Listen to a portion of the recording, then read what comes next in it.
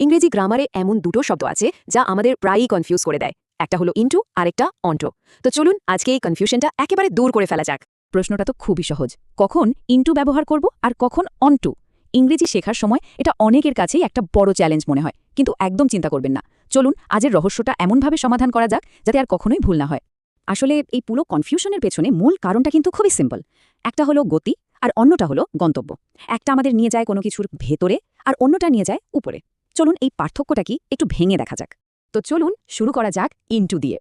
আর মজার ব্যাপার কি জানেন, এর নামের মধ্যেই কিন্তু এর আসল কাজটা লুকিয়ে আছে। ইনটু মানে আর কিছুই না, সোজা কোথায় ভেতরের দিকে গতি।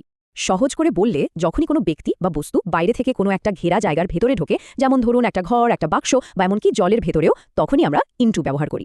মূল কথাটা হলো বাইরে থেকে ভেতরে যাওয়ার একটা মুভমেন্ট থাকতে হবে। এই বাক্যটা দেখুন, the boy jumped into the pond. এখানে ফোকাসটা হলো ছেলেটার গতি বা মোশনের উপর। সে বাইরে থেকে ঝাঁপ দিয়ে পুকুরের ভেতরে প্রবেশ করেছে, আর এই মুভমেন্টের জন্যেই এখানে ইনটু বসেছে। আরেকটা দারুণ উদাহরণ, হি ওয়াকড ইনটু দ্য রুম। এখানেও ঠিক একই ব্যাপার, সে কিন্তু ঘরের বাইরে ছিল, সেখান থেকে হেঁটে ভেতরে এলো। এই যে একটা গতি, এটাই ইনটু ব্যবহারের কারণ। ওকে, তাহলে ভেতরে যাওয়ার ব্যাপারটা তো একদম পরিষ্কার, তাই না? এবার চলুন দেখি উপরে যাওয়ার ব্যাপারটা কেমন, আর এর জন্যই আমাদের লাগবে অন্ত। অন্তর কাজটা আরও সোজা। যখন কোনো কিছু এক জায়গা থেকে মুভ করে আরেকটা জিনিসের সারফেস বা তলের উপরে গিয়ে বসে, তখন আমরা অন্ত ব্যবহার করি। মানে এখানে গন্তব্যটা হলো কোনো কিছুর উপরিতল। এই উদাহরণটা দেখুন, the cat jumped অনটু the table. বিড়ালটা লাফ দিয়ে কোথায় গিয়ে থামল?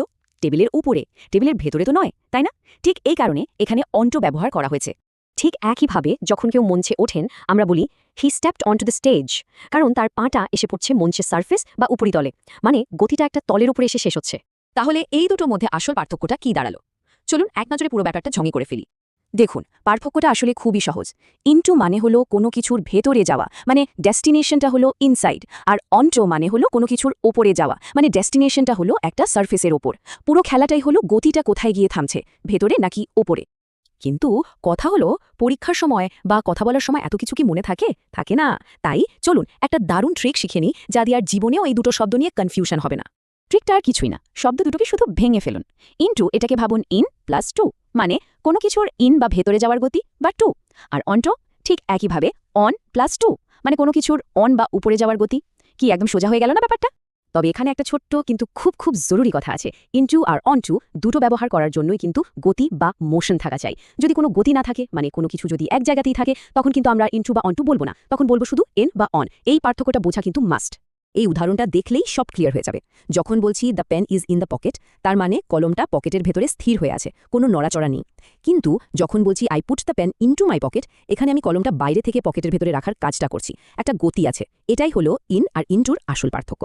তাহলে ইনটু আর অন্টোর কনফিউশন কি দূর হলো? দেখুন, ইংরেজি গ্রামার কিন্তু আসলে খুবই লজিক্যাল।